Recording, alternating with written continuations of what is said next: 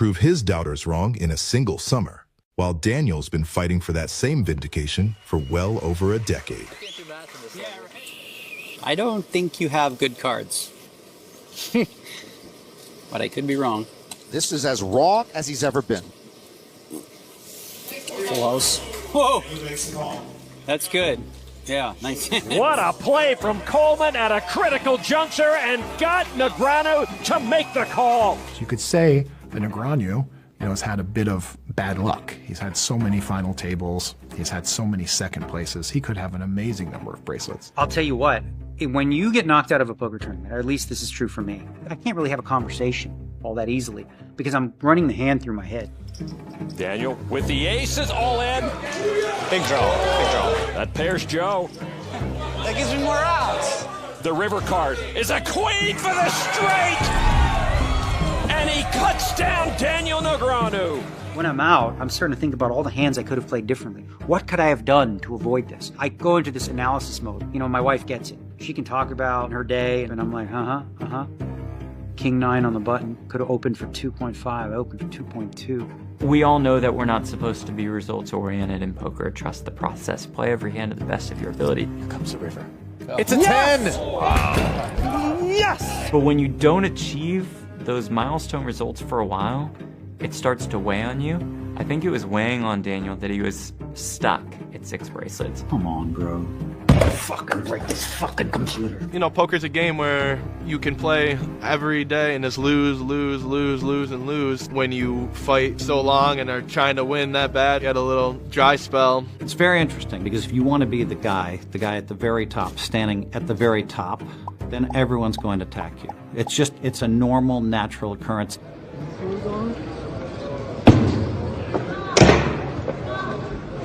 I think he lost. That selfie stick controversy caused quite the stir in the poker community. In fact, some players were asking for Daniel to get penalized for such foul play. Did I hurt anybody? No. If I had thrown that selfie stick at someone, I think I deserve a pretty significant penalty. My aim was pretty good. I threw it in the corner. And those making a big stink out of authentic emotion don't understand what drew people to this game in the first place. I really don't give a shit anymore. I'm me, right? I'm okay with controversy. I don't back down from stuff like that. I say fuck him. He threw a selfie stick. Is that really that big of a deal? See, I didn't take the phone out. He was taking the stick. I didn't take the secret. And the problem, he changed stick. Last time he had this stick. Well, the stick broke. Stick now. What happened? The stick broke. I don't know how. We throw the shit at the open. Yeah. What do you expect? Yeah. I think that showing your emotions is okay. He's not a robot. He's not one of those guys who just sit at the table and they never move, right? And he shows his emotions. I love that. So we got this guy to punch in the face. What do you want? Punch back. Let's go. He wants to just kick your ass at the poker table, man. He doesn't need to be friends with you off of the table and then go into competitive mode on the table. He's trying to crush you. He's like the Michael Jordan of this game. It's not about the money, Tim. It's about that fuel that he has, that passion, that almost need to win. I'm sure Daniel, again, because he's been thrust into this position, has found himself at times feeling like, can he really live up to this pedestal that people put him on? He could have never played poker again, never won anything again, and had his legacy truly cemented as one of the titans of the game that'll be remembered. And that wasn't enough for him. He knew he had to keep fighting, keep learning, keep studying in a way where, frankly, I probably would have been beaten down myself if I had been as unlucky for as long as he had over these stretches. And he just showed a resilience and a tenacity. After a decade of near misses and heartbreak, Daniel reached the final table of one of the year's biggest tournaments, the one he'd always wanted to win most. Yaki's all in gets called by the trip sevens, and a 7th bracelet 10 years in the making is 2 cards away for Daniel. Ace, queen, jack, 7. You need to fade flush draw, straight draw. See some pain. Queen on the turn. 7's full for Daniel. Yaki draws dead.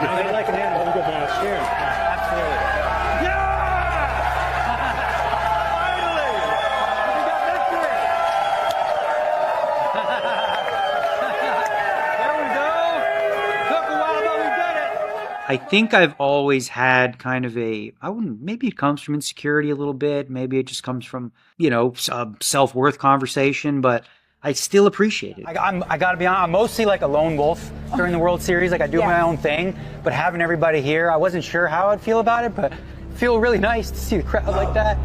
And my wife here. Just, I don't know, to feel the warmth from the people. I guess I was surprised because it's been so long and they're still there, after all these years. Okay, and where's the new bracelet, babe? The new bracelet? Did we fucking pull it out of the case? It's up here. Is it? Yeah, the PPC right here. PPC. God, he won this because of me, Yeah. Every high-level pro wants that win. And that's the one he's always wanted the most. And I've never seen a crowd like that. He doesn't cry, like, in front of anyone. Ugh. Fuck. Man, that gets me. It does, because you just feel the love. To be able to beat the very best mixed games players in the world in the very best mixed games tournament, I think speaks really highly of where his game has gone to, and that's why that bracelet specifically meant so much to him. Nobody flukes that. Nobody has ever won that event and just been like, man, that guy was really lucky. So I'll always have that. But I don't rest on my laurels. Like, I'm not done. I got way more. I got so many more things that I want to accomplish. Scott and Daniel both had career-defining summers, but ultimately, it was Kristen who had the entire poker world holding its breath. I want to switch gears and talk about the main event this year. Okay. So at the 2024 World Series of Poker main event in Las Vegas, one of the most exciting storylines, in fact, it's one of Poker News' top stories of the year, was Kristen Foxen's run in the main event, because women don't make the WSOP main event final table. It's only happened once, 1995, Barbara Enright. There are 5 men and 1 woman, and this is the first time in 26 years that a lady has gotten to the finals. Anyway, this lady is Barbara Enright. A lot of people rooting for Barbara Enright. Well, obviously, since Barbara Enright, we've been clamoring to have a woman at the final table. Here is arguably the best woman poker player in the world making a run down to the final 4, 3, 2 tables. This is finally going to happen. All Chrissy so far. 6 of clubs. Good game, y'all. All right. Good staring, brother. Any tournament poker player, like, the main event is the dream.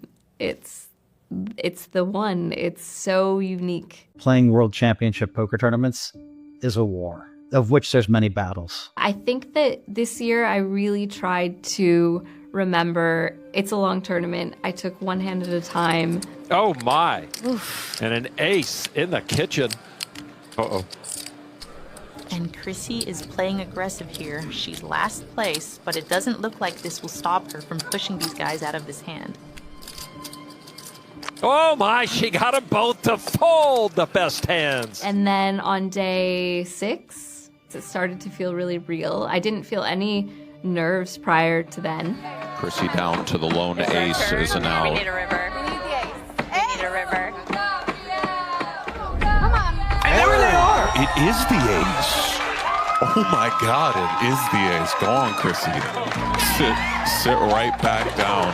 I think Kristen Foxen has established herself as one of the best players in the world, period. Don't need to put any sort of qualifier on that. All of the media outlets around the world were lining up because a woman was running so deep in the main event. To say it would be great or beneficial to poker would probably be the understatement of the century. It would just be massive if Kristen Foxen could find a win.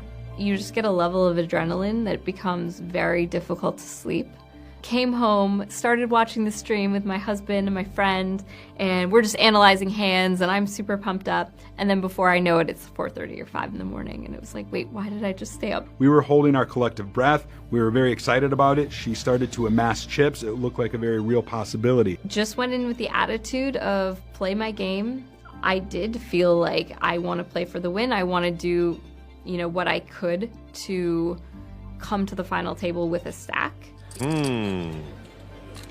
Troublesome board for Foxen against Sirac. And now Sirac aces up against just a pair of kings for Kristen.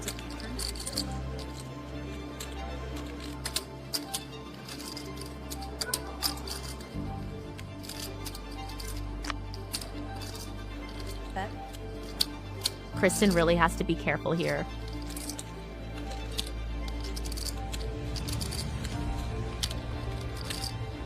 Ostet to his left. She's going She all says in. all in. And a call. She's not going to like getting called. Oh my goodness. Foxen looking for a 10 and a 10 only. Ace, king, queen, king, all in turn. I have Big pot poker. And as we've seen, Foxen does not like to watch the board from the table. Chrissy. Well, this is her biggest misstep of the last several days, and now she needs to be bailed out by a 4-outer. She's been there before. She's been there 24 hours ago, and she needed an ace. Now she needs a 10 on the finale and does not get it. Yeah, the main event is just unlike any other tournament. It's so long and there's just so many eyes on you. It's why it's so great and then why it can hurt so bad. Yeah. She jams, he calls, she's out. The room falls silent. Everyone just takes like a breath, I guess, and people start like clapping, basically. And truly it was like the most unifying thing. It speaks to the power of what she did and like how much she accomplished. I don't know if she saw that, I don't know if she heard about that, but it was like a powerful moment for me. She's not afraid to make what she thinks is the best decision in the moment, and in that moment, that's what she believed was the best decision. So whether or not, theoretically it was or it wasn't, you have to admire someone being in that position and being able to just go with what their gut tells them. I think what hurts is I feel like that's what I'm known for now, right? Like punting before the final table of the main event. That's not the legacy I wanted, So